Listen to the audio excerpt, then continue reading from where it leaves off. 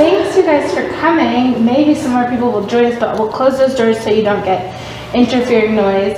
But thanks so much for coming. We're celebrating the 50th anniversary of the Apollo 11 moon launch today. I'm Corey, I work here at the Library and Programming and Outreach Department. Today we have Dr. Rob Maher, professor at MSU Electrical and Computer Engineering Department.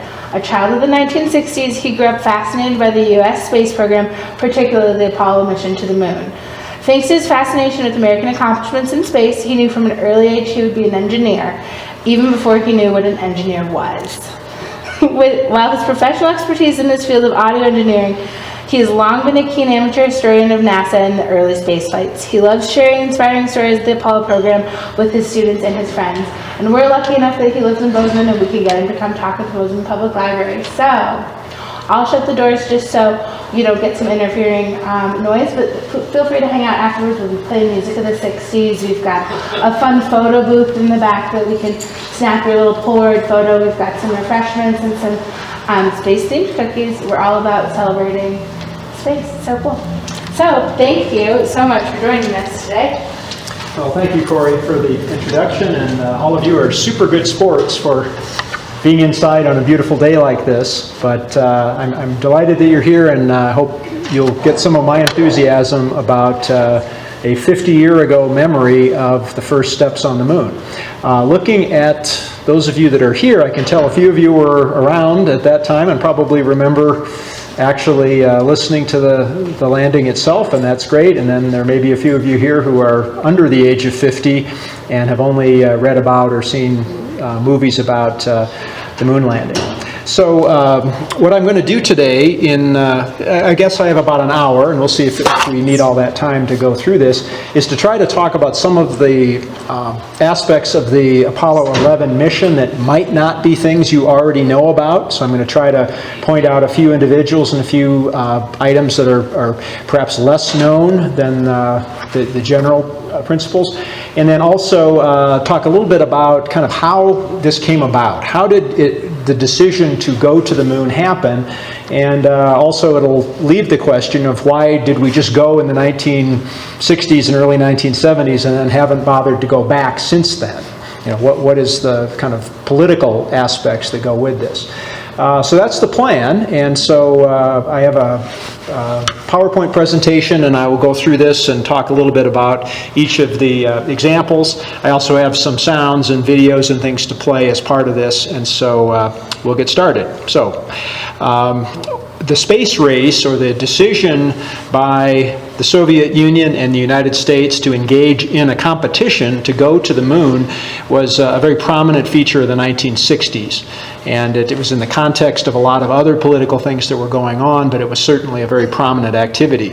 I think it was actually a very interesting and good competition, because the two sides were faced not with rules based on like the Olympics, you know, how you participate in a game and things like that. But these were the rules of physics, the fundamental principles that both sides had to face the same set of constraints and the same problems, and had to use their ingenuity to figure out a way to make this happen. So I think it's kind of an interesting topic. In order to go to the moon, the principles, kind of the theory behind it, was pretty well known by the late 1950s. So people kind of knew the mathematics and the description and the astronomical observations that were going to be necessary, but the engineering, how you actually do it, was not known really at all. And so there were a lot of things that had to get figured out in an extremely short period of time. And I think, as I'll mention a few times, I was just marveled at how quickly things happened. For some reason in our era, we aren't able to do things fast anymore. You know, things do not happen with urgency and imperative the way they did back in the 60s, and it's an interesting thing to look at. Along the way, there were some tragedies. There were some very bad things that happened, and some things that are looked back on with great sadness, and at the same time, part of the ultimate triumph was based on the fact that sacrifices were made and they were deemed to be appropriate, and we'll look at a couple of those as we go. And then I'll wrap up with a few concluding remarks. Now, to get us kind of in the mood, I collected a few sounds that you would be listening to in the late 1960s. Let's see if you recognize some of these.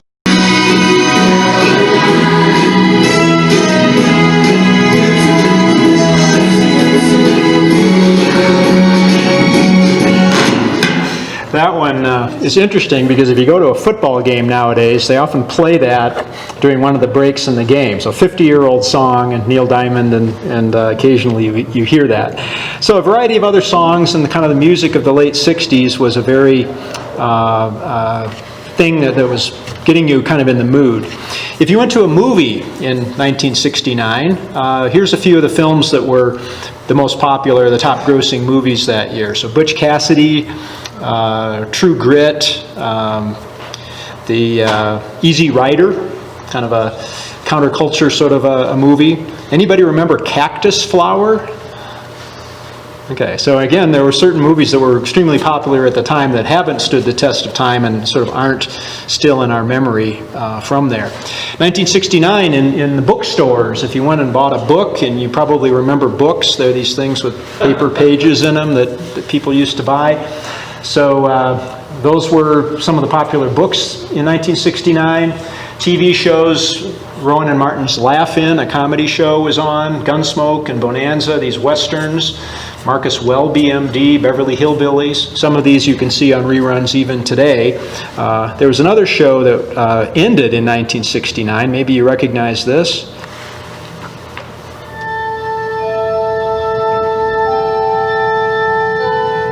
Space, a final frontier.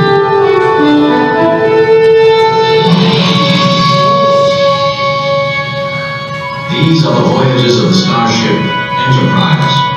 So Star Trek, the original series, was on TV right before that. The last episode broadcast of the original Star Trek series was in June 1969, about a month before the moon landing. And of course, even today there are new Star Trek shows going on, but that was a 1969 thing.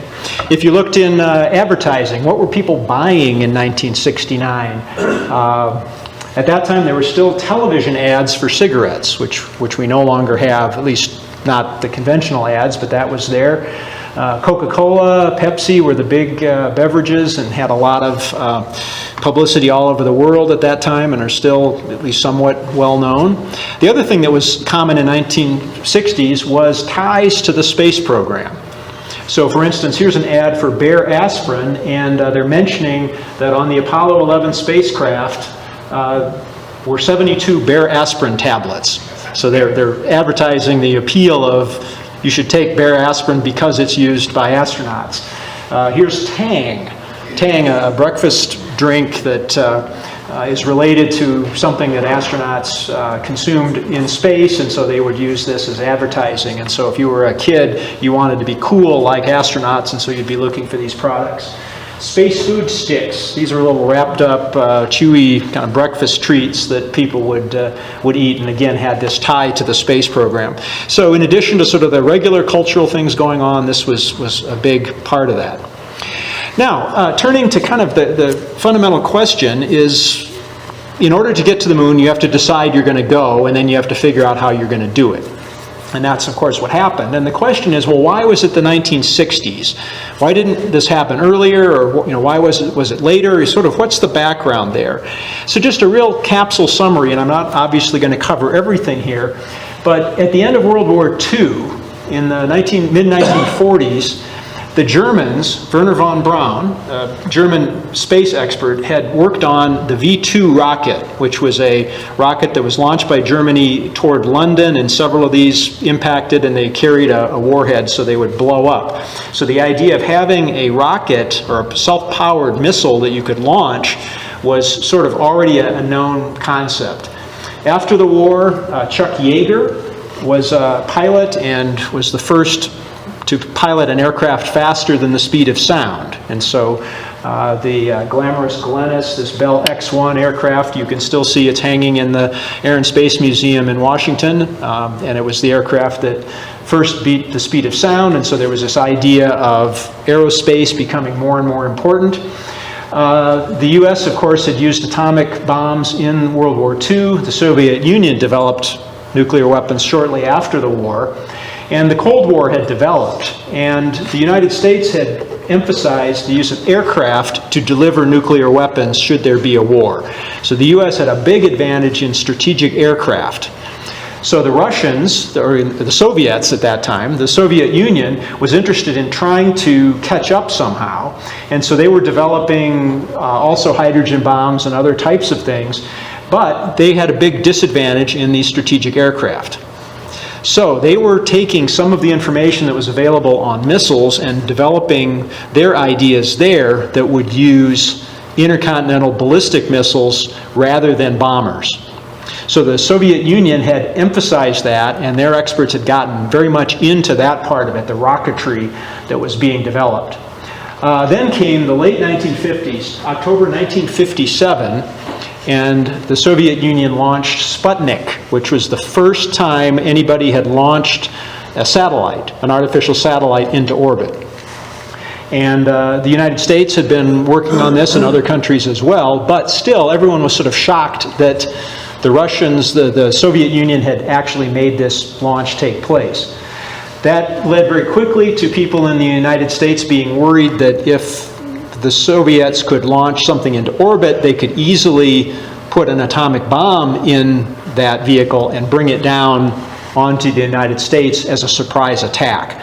And so there was a worry about a missile gap, that the United States had fallen behind and now had this threat that needed to be dealt with. And the strategic bomber force that the United States had was not a really good deterrent, because it took many, many hours for a jet to fly over that distance, where these rockets could make that journey in just minutes. So President Eisenhower in the late 1950s and Congress formed NASA, the National Aeronautics and Space Administration, which was a civilian agency to parallel the work that was going on in the military to work on various kinds of rockets. But at this time, the United States, which generally had done everything out in public, was constantly being embarrassed by rocket failures and this scramble to try to catch up. Meanwhile, the Soviet Union was doing step after step that showed that they were much more advanced and much more prominent in the work that they were doing. So after Sputnik was launched in 1957, the U.S. did launch a rocket and a satellite finally, Explorer 1, and that went up a few months later, early in 1958.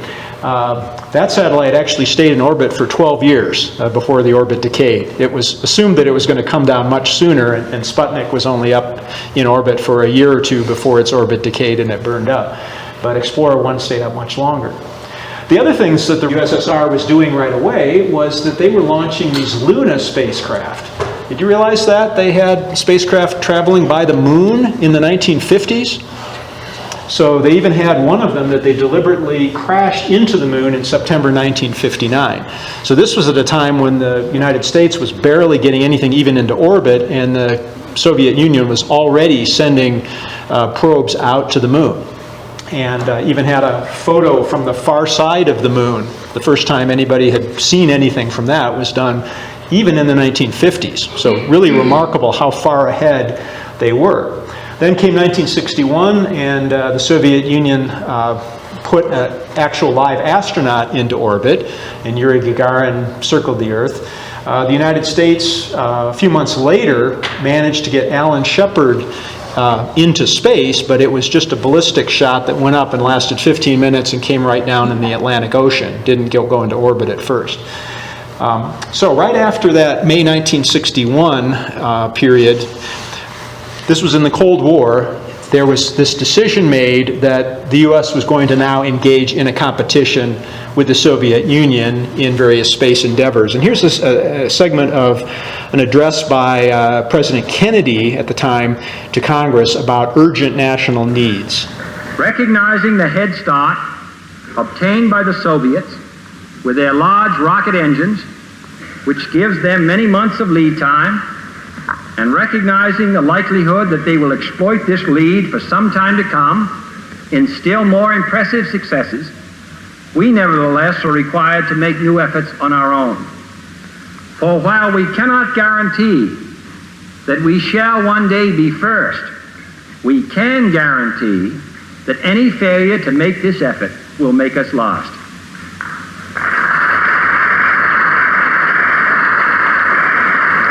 We take an additional risk by making it in full view of the world.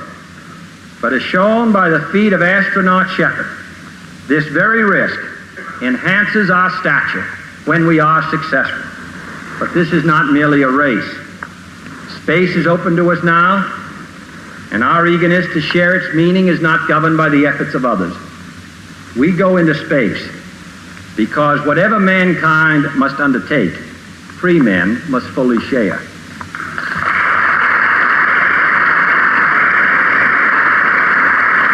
I therefore ask the Congress, above and beyond the increases I have earlier requested for space activities, to provide the funds which are needed to meet the following national goals. First, I believe that this nation should commit itself to achieving the goal, before this decade is out, of landing a man on the moon and returning him safely to the Earth. No single space project in this period will be more impressive to mankind or more important for the long-range exploration of space, and none will be so difficult or expensive to accomplish. We propose to accelerate the development of the appropriate lunar spacecraft. We propose to develop alternate liquid and solid fuel boosters, much larger than any now being developed, until certain which is superior. We propose additional funds for other engine development and for unmanned exploration, explorations which are particularly important for one purpose which this nation will never overlook: the survival of the man who first makes this daring flight. But in a very real sense, it will not be one man going to the moon. We make this judgment affirmatively, it will be an entire nation. For all of us must work to put him there. So this was back at a period of time where the way our government worked, the president would often make a request to the Congress for an appropriation to actually make money available to do something. So this concept is not something we're very familiar with in our current era, where this particular budgetary aspect is not handled very well. But at this time, this was an urgent request by the president to say, we need more money to engage in this race, and he is proposing that going to the moon was going to be the big part of this, or the big featured part of the space development. And in this Cold War context, the worry about the Soviet Union getting ahead, the Congress was favorable to this request, and actually then started this funding to begin the program. Now, the scientists and engineers at NASA were suddenly faced with this statement that our goal is to go to the moon and return the astronaut to the Earth by the end of the decade. Okay. And suddenly it's sort of, well, that isn't that far away, just 8 or 9 years, and we haven't done anything. We've shot Alan Shepard into space for 15 minutes. That's it. Okay. So the idea of how you would actually go about doing it had to get figured out, and it had to get figured out very, very quickly. This is a slide that's just giving us an idea of the scale of the Earth, shown on here, over here on the left. And that's the moon, that little dot over there on the right. So if you could somehow go out in space and look back, this is an actual scale model. So the moon is about 30 Earth diameters away. So in some ways, that's really just the neighborhood. It's very, very close looking at it this way. On the other hand, that's a long, long, long way out there, and trying to figure out how you would carry enough food and oxygen and get there and communicate via radio and get back and navigate and all that is needed to be figured out. For just one of the things, the moon is orbiting the Earth, right? So if you launch a rocket toward the moon is moving. So you have to predict with the rocket where it needs to be when it gets in the vicinity of the moon, because it's not where it was when you started. If you want to have communication with the Earth, you have to worry about, well, where are the antennas on the Earth to do that communication? You have to worry about, well, what is the lighting condition going to be like on the surface of the moon when you get there? And all of these sorts of mission planning questions had to be addressed. Now, how do you get to the moon? Now, back in science fiction writing, people had always imagined that you would get to the moon in a spaceship. You just fly out there, you'd land, and then you fly back, much like you might with an airplane. Or maybe you would do like Jules Verne thought, a huge cannon, and you'd shoot essentially a bullet with astronauts inside at the moon, or something like that. And so the engineers involved in this had to start figuring out, well, what is really feasible? How can we go about doing this? And these ideas of these ballistic approaches were very quickly ruled out because the acceleration required would kill a person if they were, going to try to ride in such a contraption. And as we'll see, one of the issues about how do you land on the moon and how do you get back, there are a lot of physical and fundamental issues associated with space travel that are not real intuitive. And so some of these things, again, were not particularly well understood. Now here's a name of an individual. Anybody familiar with John Houbolt? Have you heard that name before?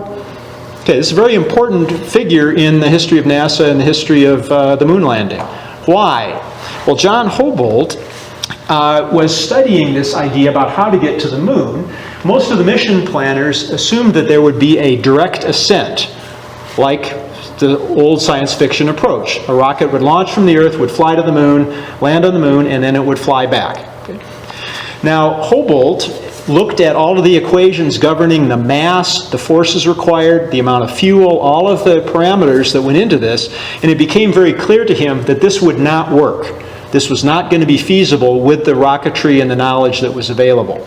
So instead, this is back in the early 1960s, around the time that the president was requesting this plan, he had figured out that the way that you would actually be able to accomplish this is having a special lander that would land on the moon, and that's all it needed to do. So you wouldn't bring the entire fuel and everything that you needed for the mission down to the surface. You'd only have this contraption that would be enough to bring the astronauts down there.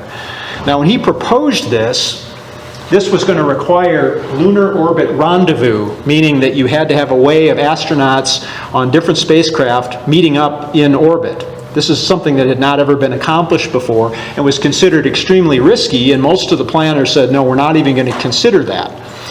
But John Houbolt spent a lot of effort and went outside channels and did a whole bunch of things to make himself kind of antagonistic, but managed ultimately to convince people that his argument was true. And in fact, as the other engineers started studying what he had done, they realized, yes, in fact, this is really the way that we're going to be able to do this. So Houbolt had calculated that in order to do direct ascent, you'd need a huge rocket to land on the surface of the moon, because that rocket would have to have enough fuel to get all the way back to the Earth from that position. And a 65-foot tall rocket landing on the moon, he was concerned that even at Cape Kennedy at that time, they had a whole fleet of technicians around to make sure the rocket would launch, but on the moon there was going to be nobody there, and they were just going to have to count on it working. So what he had proposed then is instead to use this lunar excursion vehicle, later called the lunar module, as the way to get down and land on the moon. And that module only needed enough fuel to land and take off again, and only enough oxygen and only enough food and water and everything just for the period of time that the astronauts would be there. And they would leave all of the other required products in orbit, so you wouldn't need a rocket capable of landing and taking off from the moon with everything included. Okay. So nowadays, this seems pretty obvious and it's very well understood, and of course that's how it ultimately happened. But in the early 60s, this was, again, this revolutionary idea. So Houbolt very quickly was recognized as being an important proponent of this ultimately successful technique, and received a special commendation from the NASA administrators very early on to say, hey, this really saved this whole mission in doing that. Okay, then September 1962, President Kennedy gave another important address. This one was at Rice University in Houston. If this capsule history of our progress teaches us anything, it is that man in his quest for knowledge and progress is determined and cannot be deterred. The exploration of space will go ahead, whether we join in it or not. And it is one of the great adventures of all time. And no nation which expects to be the leader of other nations can expect to stay behind in this race for space. Those who came before us made certain that this country rode the first waves of the Industrial Revolution. the first waves of modern invention, and the first wave of nuclear power.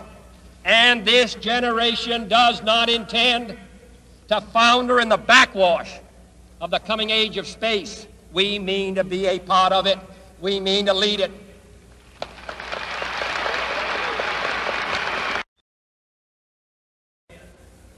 But why, some say, the moon? Why choose this as our goal? And they may well ask, why climb the highest mountain? Why, 35 years ago, fly the Atlantic? Why does Rice play Texas? We choose to go to the moon. We choose to go to the moon.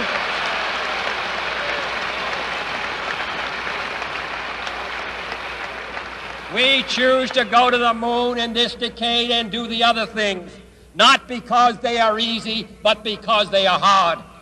Because that goal will serve to organize and measure the best of our energies and skills. Because that challenge is one that we're willing to accept, one we are unwilling to postpone, and one we intend to win, and the others too. And I think that we must pay what needs to be paid.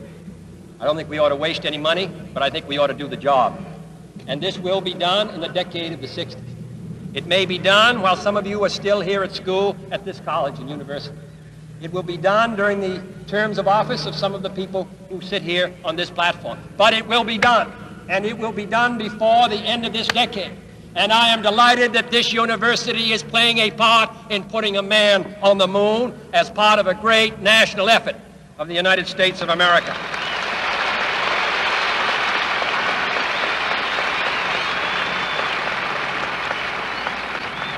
Many years ago, the great British explorer George Mallory, who was to die on Mount Everest, was asked why did he want to climb it. He said, because it is there. Well, space is there, and we're going to climb it. And the moon and the planets are there, and new hopes for knowledge and peace are there. And therefore, as we set sail, we ask God's blessing on the most hazardous and dangerous and greatest adventure on which man has ever embarked. Thank you.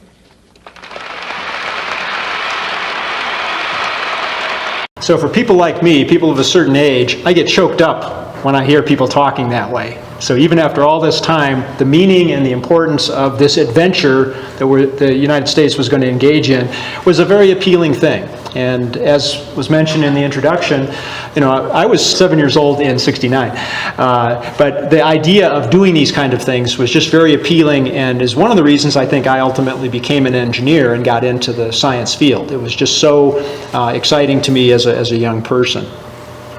Now, along with this desire to go to the moon and how you would get there, one of the questions was, what is the lunar surface like? Nobody really knew. People were worried maybe it was just dust, and so the lander would come down and just would sink 50 feet into loose dust. Maybe the surface would combust and blow up when the rocket engines got near it. Maybe it was really rocky with cliffs and boulders and nobody could actually land there. So along with the manned aspects of this, there had to be also this decision about, well, how are we going to find out what's going on the surface? So one of the things that happened were a set of missions that the U.S. launched called Ranger. And, the Ranger missions were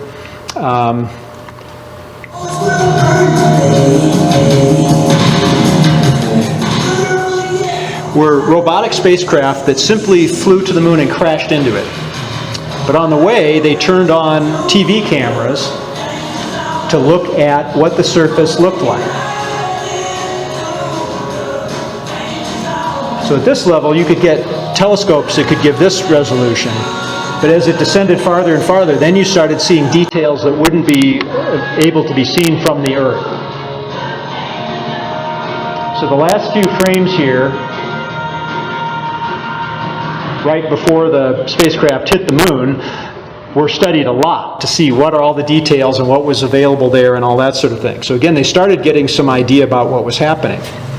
Now the Soviet Union had launched Luna 9. This was in February 1966. That was the first craft to make a soft landing on the moon.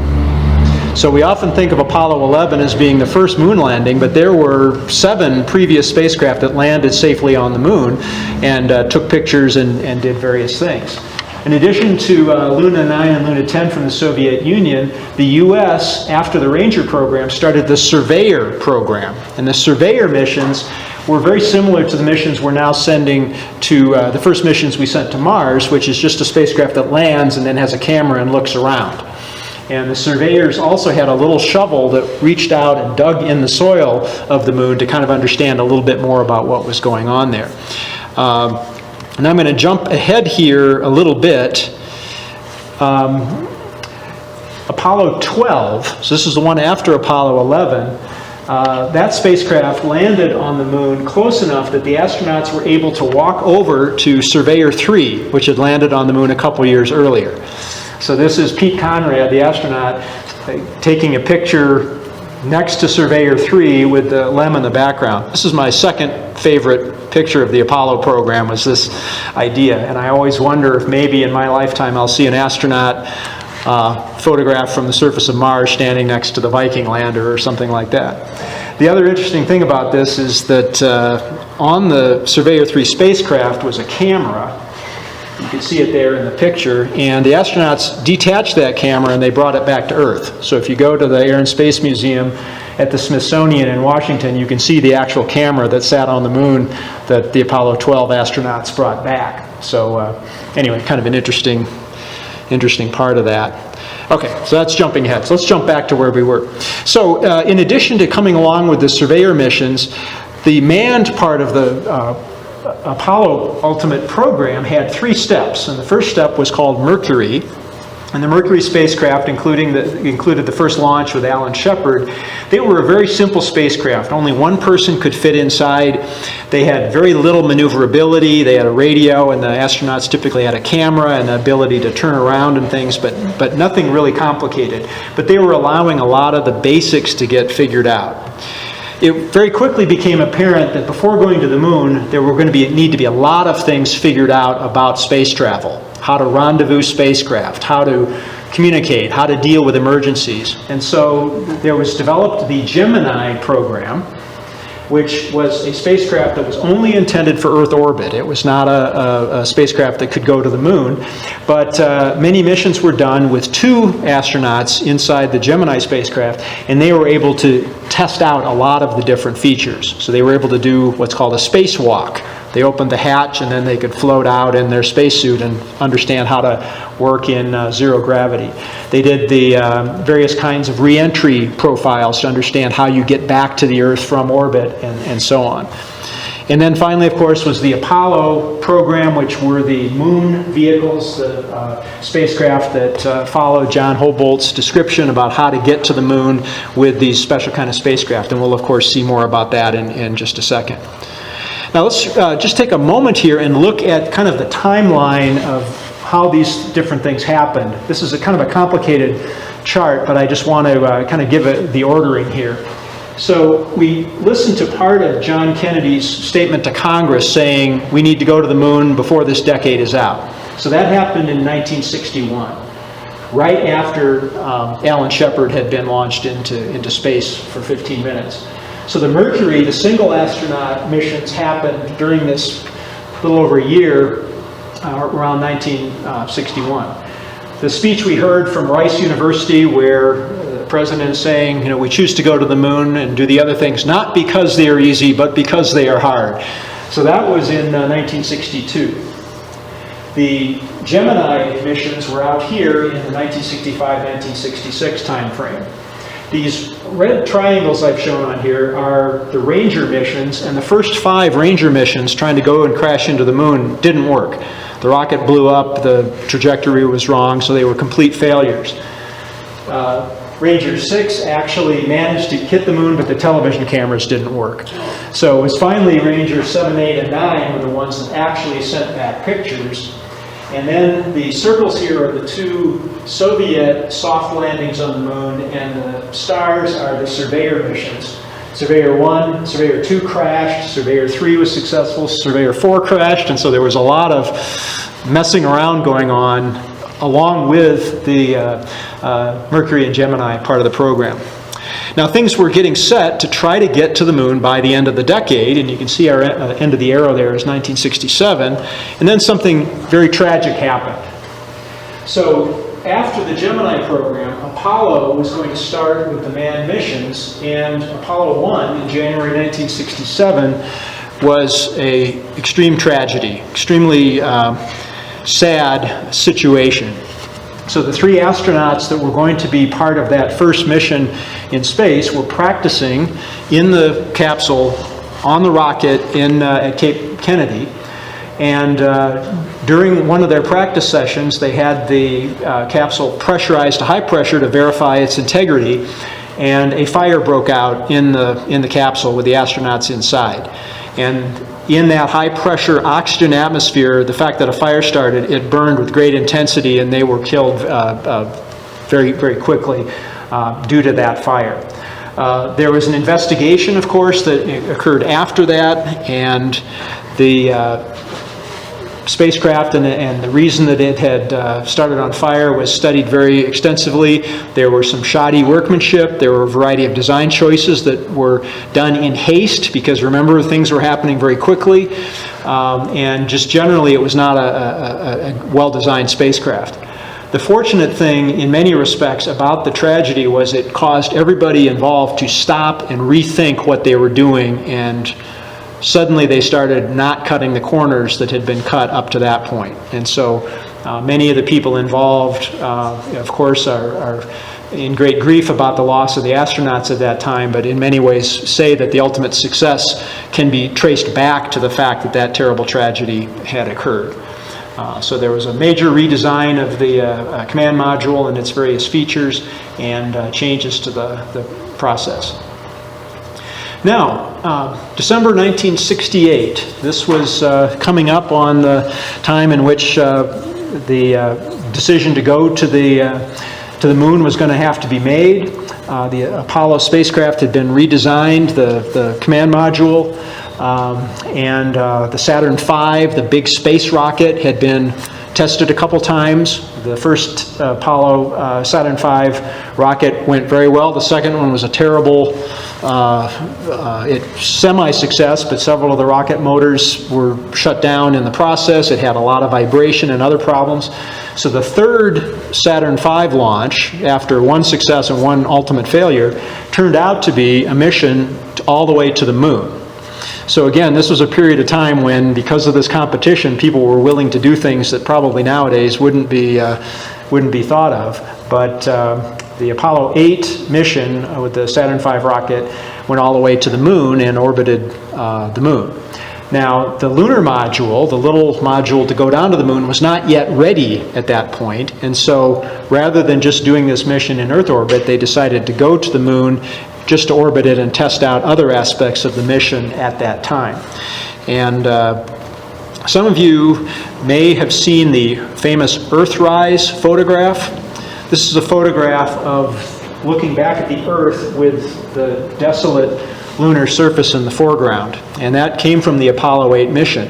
What I'm showing here is a black and white photo. This is actually the first one that was taken.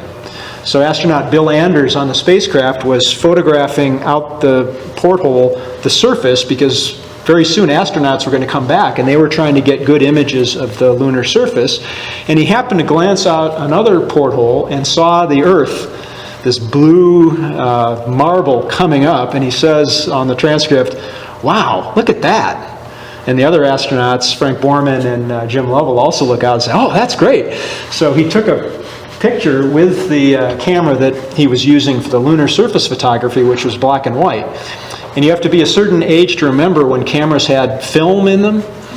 It's this material that you had to load in and wind and everything like that. Well, that was all that was available at this time. So he took this photo, and then they scrambled around the spacecraft to find a color film module that they could attach to the Hasselblad camera to take it. So then he snapped off, when he got the color film, this photograph, which again is now color. You can see the brown of the surface, land, and the blue and everything.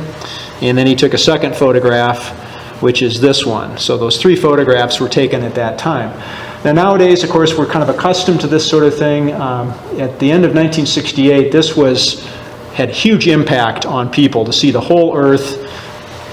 I'm in this photo. I was alive in 1968. Some of you were also. Everybody who was alive in 1968 is in this photo, except for the 3 astronauts that were on that spacecraft.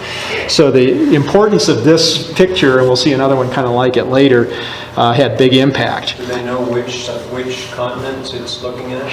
Yes, I think this is Australia over here and Asia up here, but I could be wrong about that. But yes, they've reconstructed everything about this, and they know the orbital things. They know exactly when this is and where it was taken and where the spacecraft was with respect to the moon, and it's been studied a lot. One of the things that the astronauts chose to do was they were orbiting the moon on Christmas Eve of 1968. And so at the end of a little TV broadcast, they read from the book of Genesis. And so from lunar orbit, they made this kind of statement, being Christmas Eve and all. And there was also a U.S. postage stamp made later that included essentially a painting of this same photograph at that time. The other interesting thing to me is that 1968 had been an extremely wrenching year in the U.S. The Vietnam War was going on. Martin Luther King was assassinated in 1968. Robert Kennedy was assassinated in 1968. There were lots of turmoil, riots, lots of things that were very tough in this country. And so Time Magazine, the editors, when they were going to pick their annual Man of the Year or Person of the Year issue, actually chose the 3 astronauts from Apollo 8, thinking that at the end of the year this was sort of this hopeful, maybe something good could happen out of this really tragic and terrible year 1968. So they happened to choose the astronauts to do that. Okay, so here we are, Apollo 8, December 1968. And then, in 1969, was when the planned moon landing was going to be. So Apollo 9 was the first time that astronauts actually got into the lunar module. So it was available to participate in the testing, and that was just in Earth orbit. They didn't go to the moon with it. Apollo 10, later in the year, actually went all the way to the moon and was sort of a dress rehearsal. So the astronauts got into the lunar module and went through the first steps to start landing on the moon and just practiced everything and worked out all of the kinks, and then returned. And then that set up Apollo 11 as the ultimate first attempt at a moon landing.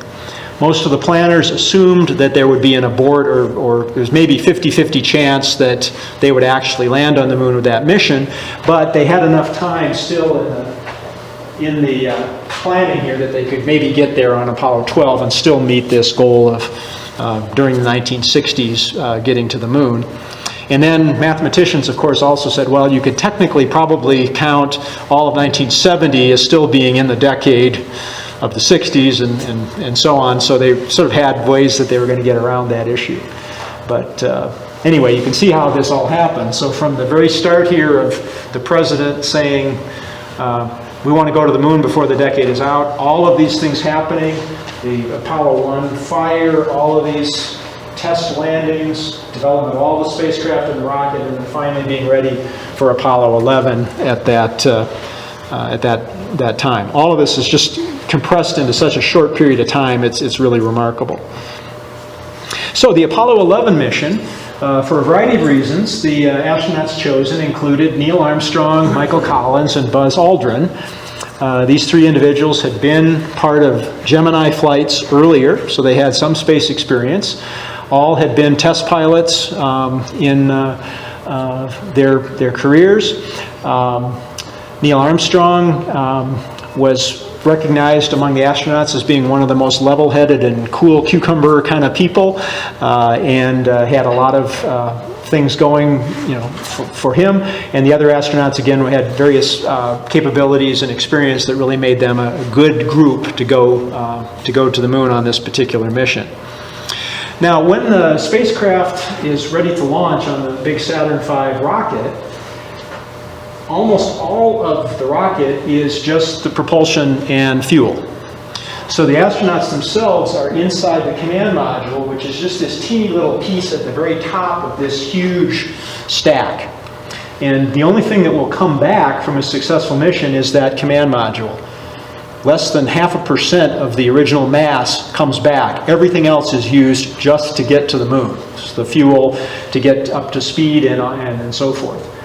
Now, the command module is attached to a service module that contains the tanks that have the oxygen and various propulsion things in them. And then inside this little kind of a neck area here, that's where the lunar module is hiding. So it's inside there, and it's also launched at the same time as the rest of the rocket. And then once the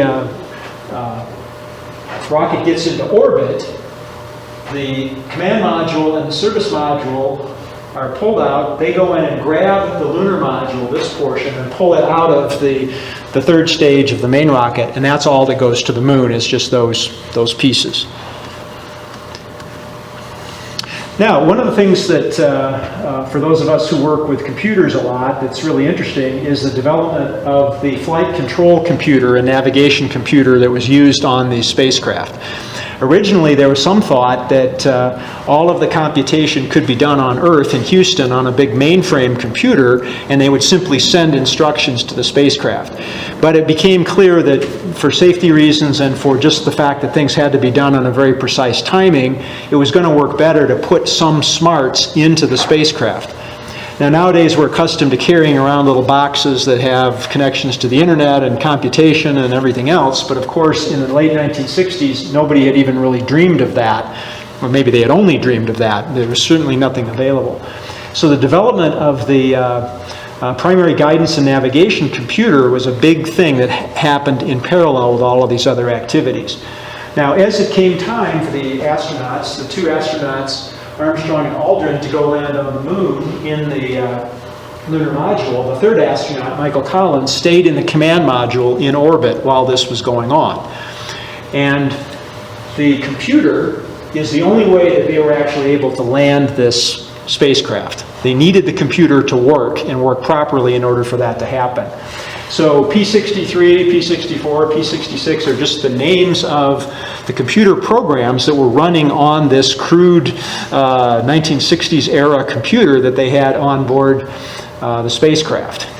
Now, another interesting name involved in the space program you may or may not have heard of was a person named Margaret Hamilton. Is that a familiar name to anybody? There's the Wicked Witch of the West named Margaret Hamilton, the actress, but this is a different Margaret Hamilton. But Margaret Hamilton was a woman who worked at the MIT laboratory that was developing the software, which was kind of a new concept, that was going to run on this computer. And here she is, standing with a printout of all of the code that was used in these guidance computers. And this is such an iconic photo that there's actually a Lego kit, Women of NASA. I've got this kit that depicts her with this stack and the thing. So you can buy this kit of Margaret Hamilton. But she developed this concept of how they would put together this computer program in order to work effectively for all the things that it had to do on this mission. And there are other people involved, but Margaret is recognized as one of the leaders of this effort. And so again, a little known name, but the landing on the moon is because of people like this who did their job very, very well.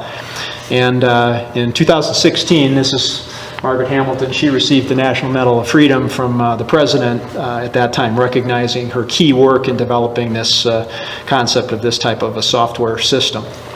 All right, I'm going to play a video here that is edited a little bit, but it's showing the few minutes prior to the actual landing on the moon of the Eagle lunar module. And there are a couple of things I want to say about this. This particular video, it's showing which computer program is running. Keep in mind that the video that you're seeing here of the picture out the window from the lunar module was filmed at the time on 16mm film with a camera looking out the window. So this was not live. So if you were listening in on TV like I was and some of the other oldsters were at the time, all you heard was the audio. So if you want to imagine the stress and the tension, don't look at the picture, just close your eyes for a second and just listen to the voices, because that's all that the rest of us heard during this landing attempt. The spacecraft flew in first with the windows facing down, and so the astronauts were going feet first along the surface of the moon. Then it rolls over with the windows up so that then the spacecraft can come and land this way. So the pictures here seem to be rotating around, and that's part of what's going on during the actual landing. So let's see if I can get this running. Roger, you're a go to continue power descent. You're a go to continue power descent. Roger. Altitude 40,000. And Eagle Houston, we got data dropouts. You're still looking good.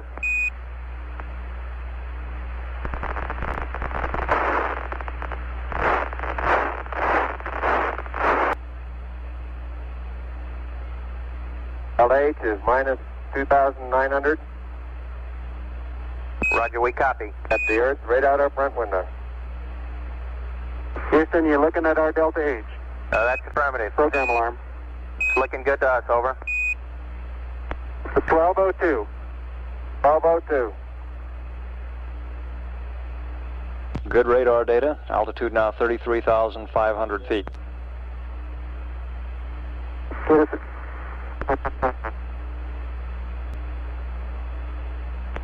Give us a reading on the 1202 program alarm.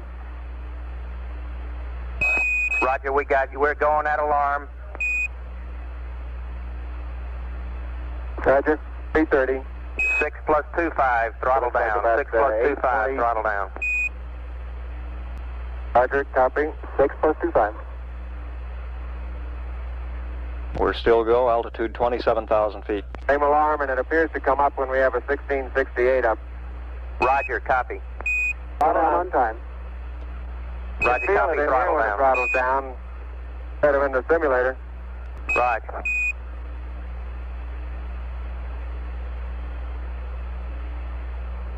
Eggs and things look real close.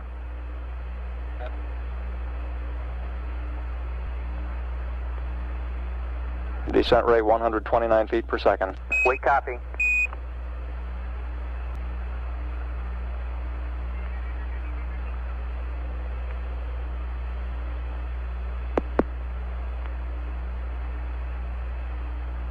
Eagle, you're looking great. Coming up 9 minutes.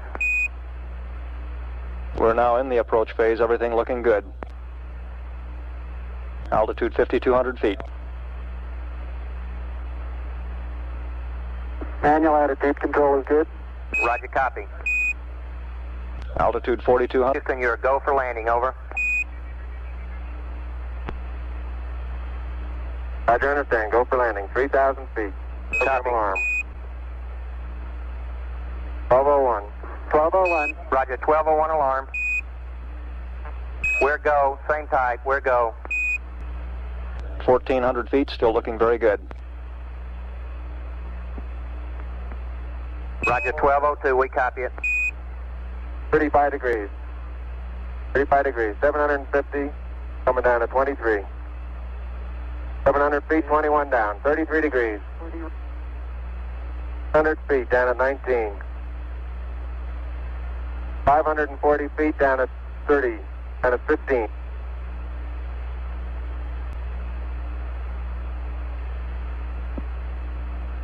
Okay, 400 feet down at 9. Gate forward. 1050 feet down at 4. 33 and a half down.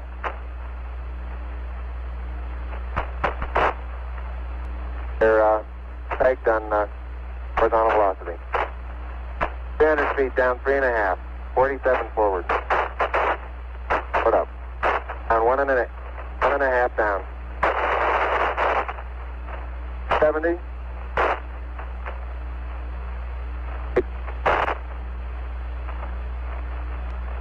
Epic shadow out there. 50 down at 2.5. 19 forward. Altitude, velocity, light. 3.5 down. 220 feet. 13 forward. 11 forward, coming down nicely. 200 feet. 4.5 down. 5.5 down. 160 feet. 6.5 down. 5.5 down. 9 forward. Good. 20 feet. 100 feet. 3.5 down. 9 forward. 5%. 185. 75 feet. Car's looking good. Down a half. 6 forward. 60 seconds. Lights on. 6. Down 2.5.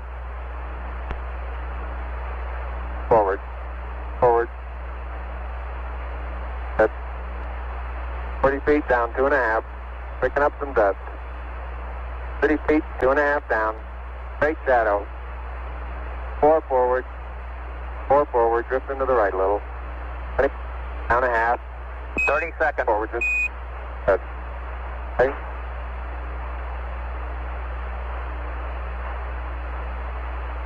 Contact light. Okay, engine stop. ACA at a descent. Nose control both auto. Descent engine command override off. Engine arm off.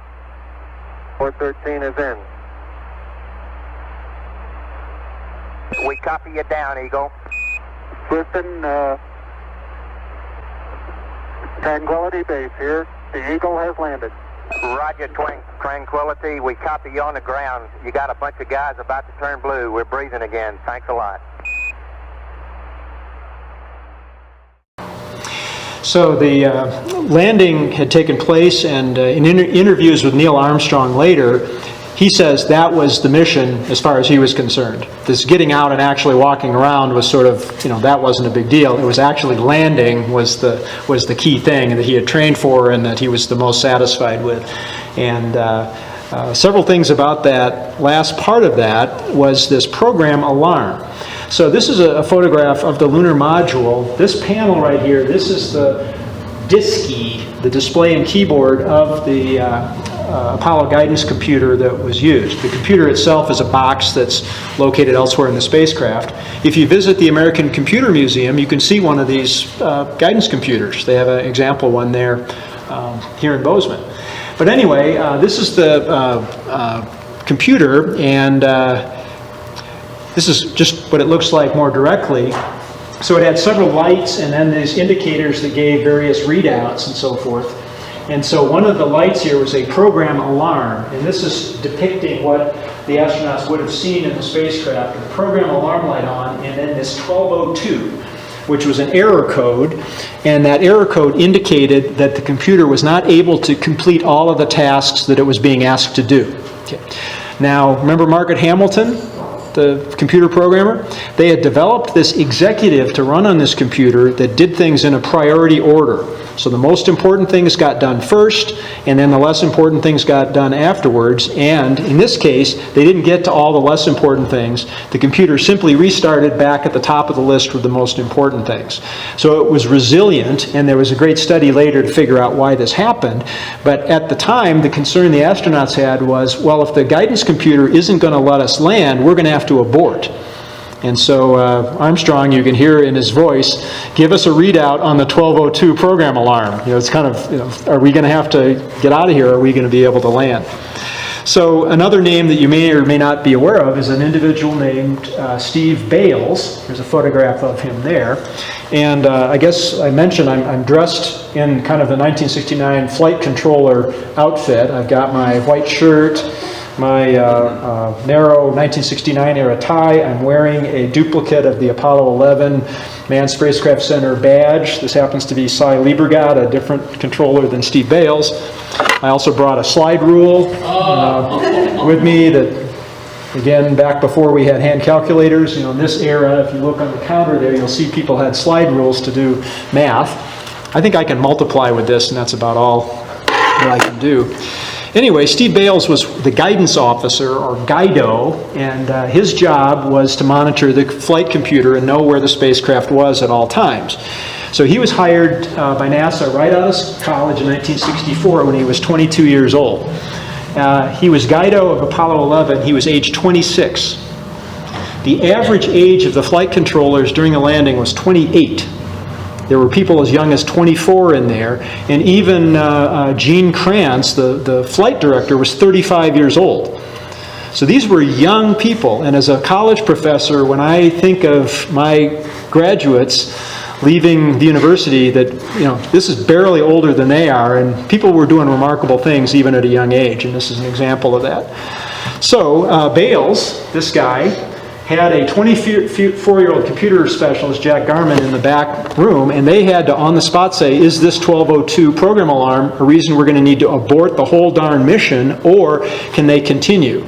And fortunately, Garman, this other guy, was quick enough to remember this particular code and realize that it was okay, that the resilience of the flight computer would allow them to land.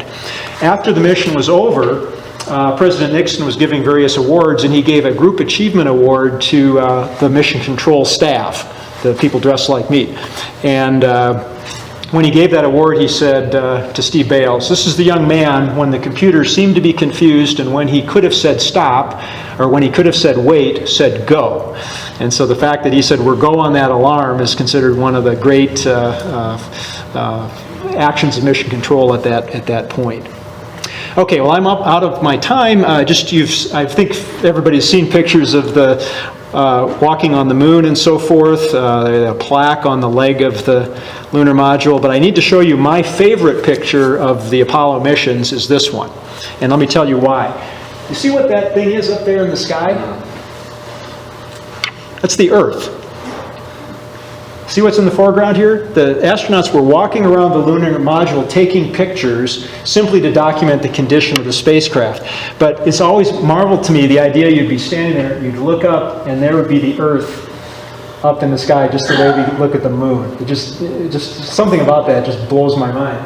And the fact that they were pretty much taking pictures to show the condition of this and happened to have a photobomb from the Earth back there was pretty remarkable. So then, of course, after they got out and walked on the moon, they had to get back into orbit, and so the upper part of the lunar module launched off again.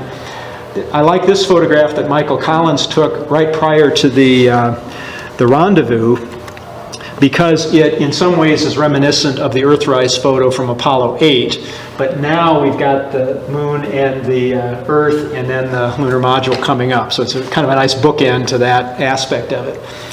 This was a film taken from the command module with, again, a 60mm film camera that's showing the lunar module coming up, and I edited it, but from the beginning you barely can see a little dot in the distance as it makes its way up. And so the flight computers and the navigation radar had to get these two spacecraft into the same orbit at the same time. The rocket motors in the lunar spacecraft used propellants that are called hypergolic. There are two propellants and an oxidizer and a hydrazine fuel that as soon as they come in contact with each other, they combust. So you don't need to light a match or do anything like that. And so these were designed to be extremely reliable. And if you're sitting on the moon in the lunar module, you want a rocket to get back in orbit that is super reliable. And so they used that type of a design, and those again were very, very successful. Okay.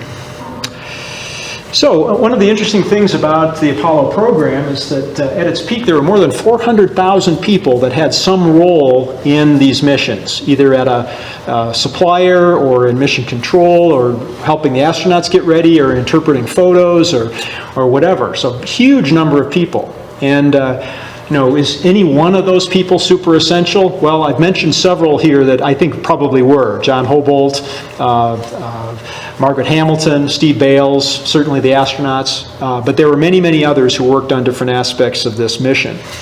There were a total of 6 moon landings, so after Apollo 11 there were 5 other ones, and so 12 people walked on the moon between the Apollo 11 landing in '69 and the Apollo 17 mission in December of '72, and only 4 of those 12 are still alive, and you can see they're all getting up there in years. But Charlie Duke who walked on the moon on Apollo 16, is actually the voice from Mission Control during the Apollo 11 landing. He was the capsule communicator.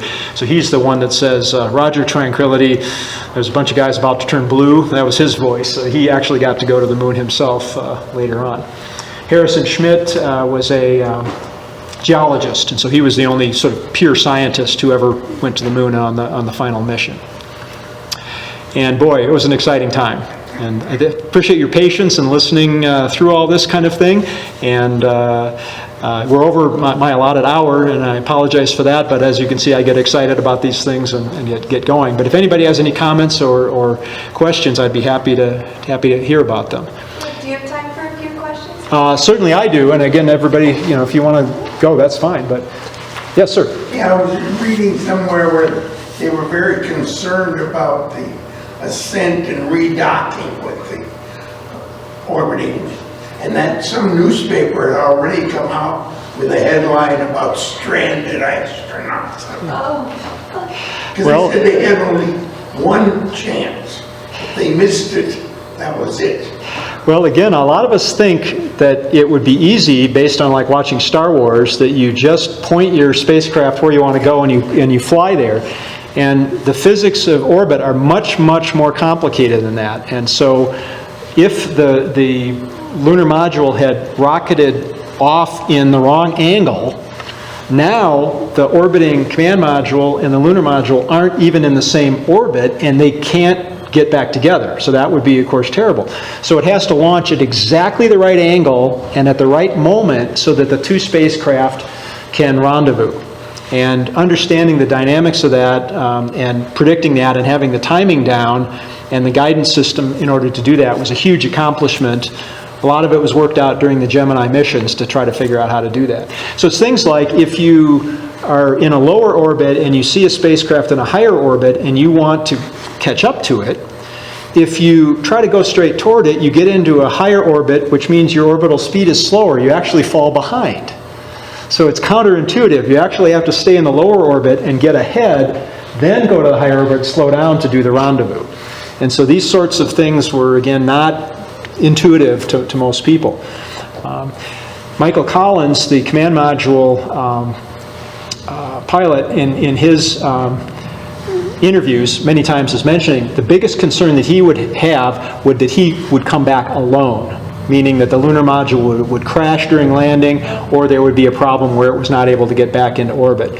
He was very confident that he would be able to rocket out and get back to the Earth, but he was very worried about that landing part of it for the reasons you mentioned. So, yeah, John. At the picture of the Apollo 11 rocket taking off, above the portion that's going to go to the moon, there was another telephone pole look like sticking up. What was that? I think it was the escape tower. Yeah. The thing on the very top? Yeah.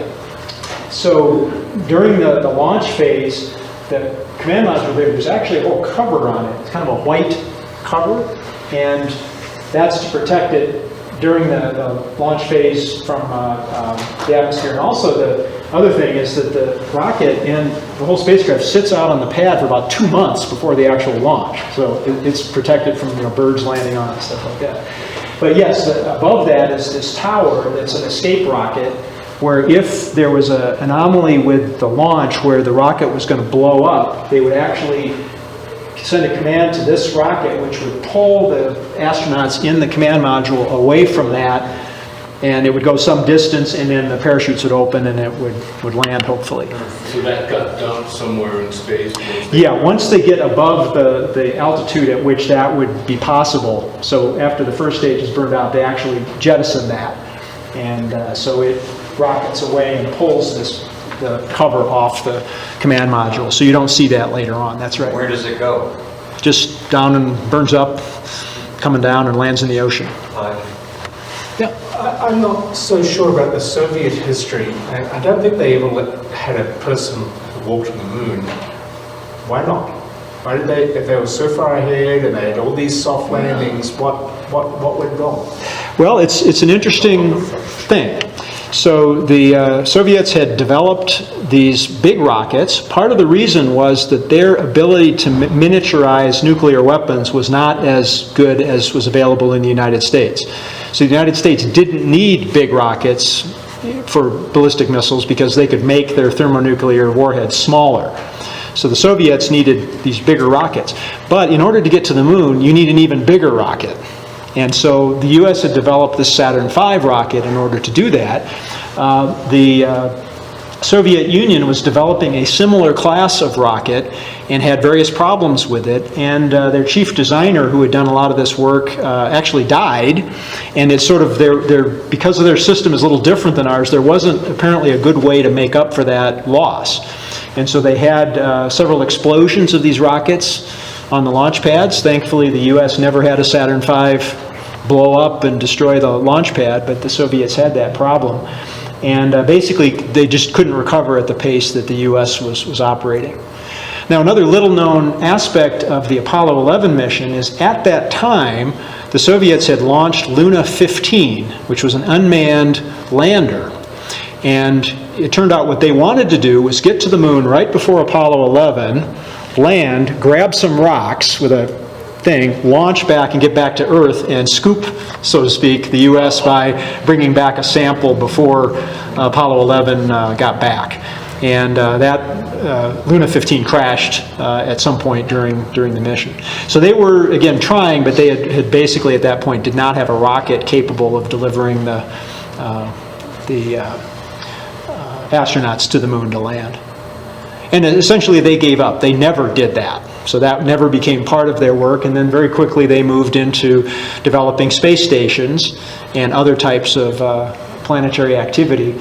They've been to the moon with Crawler since the time that the U.S. was there.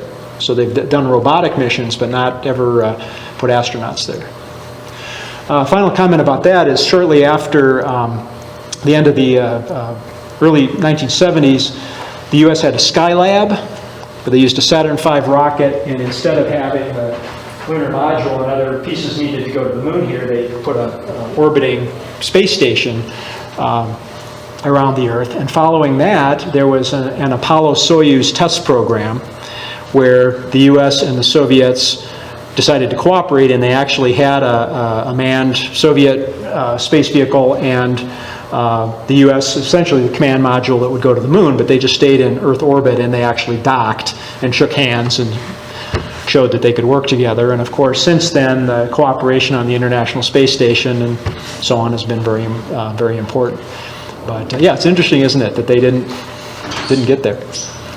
Yes? Why was the U.S. moon program named after the Greek god of the sun?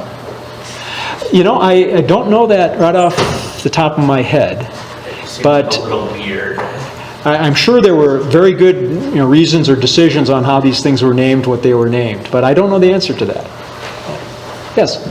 What would your comment be to the conspiracy theorists are out there who say, oh, they didn't really go, it was all filmed in a Hollywood studio, it was all made up, the shadows are wrong, or whatever they say. What would be your rebuttal? Well, I don't think there is any reasonable doubt that it actually happened, and I think the joke I always hear is that NASA didn't spare any expense in staging this. They actually decided to do it all on location. So, yeah, I think that by now the idea that somehow the U.S. government would be so competent that they could keep a conspiracy like that secret for 50 years is just ridiculous. So yeah, it's not a sensible thing. I think people sometimes just for entertainment like to imagine, what if this was all fake, but it actually happened. It was a joke to the Flat Earth Society. Well, there's a couple headlines after the Apollo 8 mission where they said that they had to admit that it sure looked like a round Earth. So, yes, sir. I read a book about the Apollo 8 mission. It's called Genesis. And it was, in the book, they point out that they had a 50-50 chance getting those astronauts back on Apollo 8, but they went anyways, and they got lucky and got them back. Yeah, that, for many historians and many engineers, that was the most audacious mission, was Apollo 8. As I mentioned earlier, that was the third Saturn V launch after a 50-50 success rate on that, and the fact that you would have the guts to send astronauts all the way to the moon is really remarkable. And this is really not that long after the Apollo 1 launch pad fire. Many of you, of course, are familiar with Apollo 13, a couple missions later, that had a service module explosion that, you know, if that had happened on Apollo 8, the astronauts would die, because the way they got back on Apollo 13 is they used the lunar module as a lifeboat. They used its oxygen and propulsion and navigation to get back. On Apollo 8, there was no lunar module. And so had they lost the service module on that mission, they would have perished for sure. So yeah, it's pretty amazing. Remember that Christmas broadcast, and my mom finally goes, "It's Christmas," and shut out the TV, so we only got to watch part of it. Well, the final statement, Frank Borman says, "And from the crew of Apollo 8, we wish all of you good night, good luck, a Merry Christmas, and God bless all of you on the good earth." This is his last statement, and very memorable for those of you who were allowed to stay up and listen to that. Yeah. The travel from the Earth to the Moon, it was like 200,000 miles. How long? What was the time period that it took to travel? It took 2 or 3 days to do that. You could do it much faster, but the thing that you have to remember is that in space there's no drag. You know, so once you get going, Newton's law says you are going to continue going. So you could get there faster, but then you would need more fuel to slow down and actually go into orbit. So essentially you need more fuel to get up to speed and then more fuel to slow down. And so the mission planners, again, had to trade off the fact that you could use less oxygen and less food if you got there faster, but then you needed more fuel in order to actually get into orbit and not just shoot past the moon and keep going. And so these decisions, again, this is, for engineers like me, is really the cool part of the mission, is they had to figure all that stuff out and optimize all of those choices.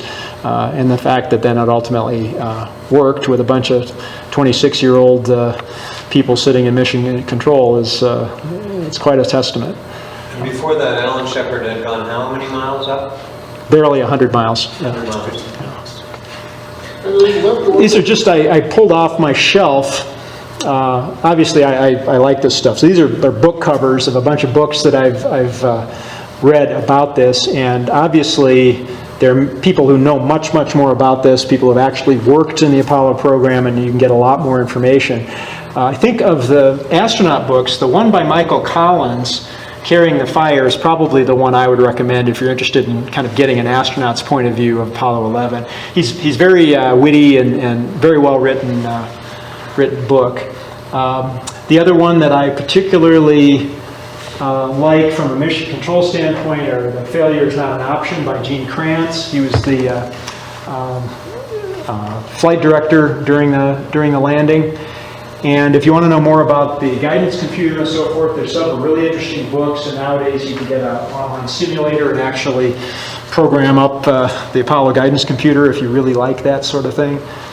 And this book by Cy Liebergat, that's the one where I got the badge that he wore in mission control during Apollo 11. He was one of the people in charge of the electronic control system of the command module.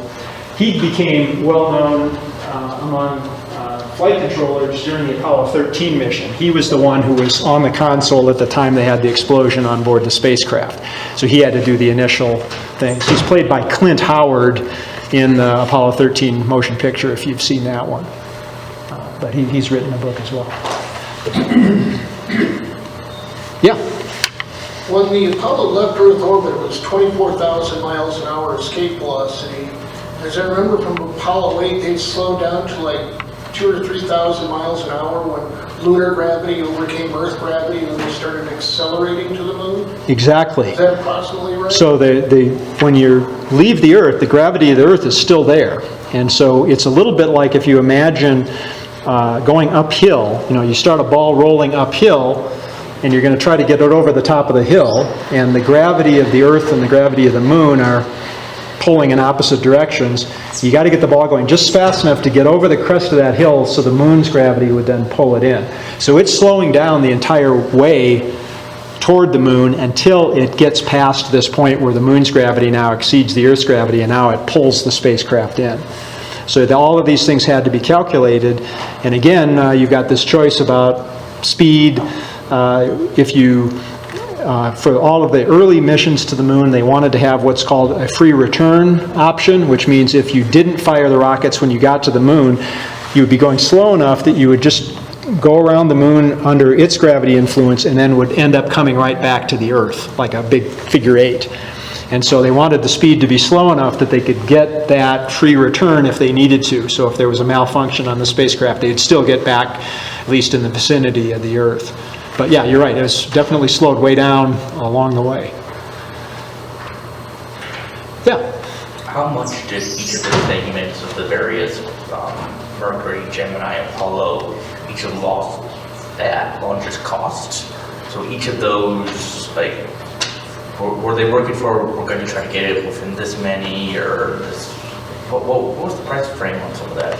Yeah, I've seen some discussions of this, and part of the problem is if you try to talk about dollars, you got 1969 dollars, and then you've got, 2019 dollars, and 50 years of inflation can make a big difference there. But I'm not sure exactly how the total cost was distributed between Mercury, Gemini, and Apollo. The Apollo spacecraft, with the extensive engines and the Saturn V's and things like that, were, I'm guessing, at least 80% of the total cost of the project was in Apollo. But yeah, the whole budgetary thing, trying to predict in 1961 when it wasn't even really decided how you were going to go about doing it, is pretty amazing. Yes? What do you think about going back to the moon? Well, that's interesting. Just yesterday, Michael Collins and Buzz Aldrin were in the White House with the president, and they were talking about this. And both Aldrin and Collins are, of course, space, aficionados, and they both are saying, well, we shouldn't bother with the moon anymore. We've been there. We should go right to Mars, and so on. So I guess for me personally, I would be interested in continuing on with these manned missions, but I think we probably have a lot that we could do nowadays with robotic missions and things like that are much less expensive, much less risky, and would be much more interesting to land a spacecraft on one of the moons of Jupiter, for instance, that have this fascinating geological stuff going on, and I think that would probably be funner than a mission to Mars right now, because a mission to Mars, I'm almost positive are going to land in a very safe spot to be not risk the astronauts too much, and that's probably a boring part of Mars. So yeah. I'm kind of, I like the excitement and the human accomplishment of these crewed missions, and going to the moon would be cool in that sense, but I think ultimately more as looking at the big picture. I don't think we've really done all we can with the robotic missions. So, not much of an answer, sorry. No, what do you think? I'm kind of curious. It's weird that you and I are the same generation. I remember watching Neil Armstrong walking on the moon, and they're going, wow. Those guys in Vietnam were watching that. Yeah. And the whole world was watching. And so we got to see this, and then this is so many years ago, faint memories, but it was one of the biggest memories of my childhood. And we haven't been back. Yeah. And of course we know it's a financial thing. Yeah. It's just so expensive to go there. It's not really worth it unless there's a monetary value in going there. Yeah, or a political gain that is to be made, and I guess that's kind of my argument, was this sort of coincidence of these Cold War influences and the fact that it was not really uncertain that we'd be able to do it. How we were going to do it was a question, but the theory of the travel to the moon was well understood, and so it was really an engineering issue, not so much of a scientific discovery involved in making that happen. I have a grandmother who was born in 1899, and she has since passed away. But I remember thinking back about her because during her lifetime, the Wright brothers took the first flight, and during her lifetime, in the was the World War II era. And in her lifetime, people landed on the moon. And I'm thinking that span of years, you know, from 1900 to 2000, the rate at which things happened in kind of the aerospace field is just mind-boggling. And I wonder sometimes, you know, in the 2000 to 2100, in that 100-year span, are we going to see a similar, you know, huge accomplishments? And it's hard to know if that will happen. But certainly going from not even having an aircraft to landing on the moon, that's would not have been predicted, I think, by many people at the time. Well, you've been wonderful, good sports, allowing me to share my enthusiasm about all of this information. And like I say, there are many, many, many sources of information. And so if you are a young person and wanting to find out more, you know, I certainly invite you to do that. In the era of the internet, there are so many ways that you can get copies of information and photographs and videos and things like that. So in many ways, it's easier now to find out about these missions than it was in the 1970s or whatever. So. Great, thank you very much.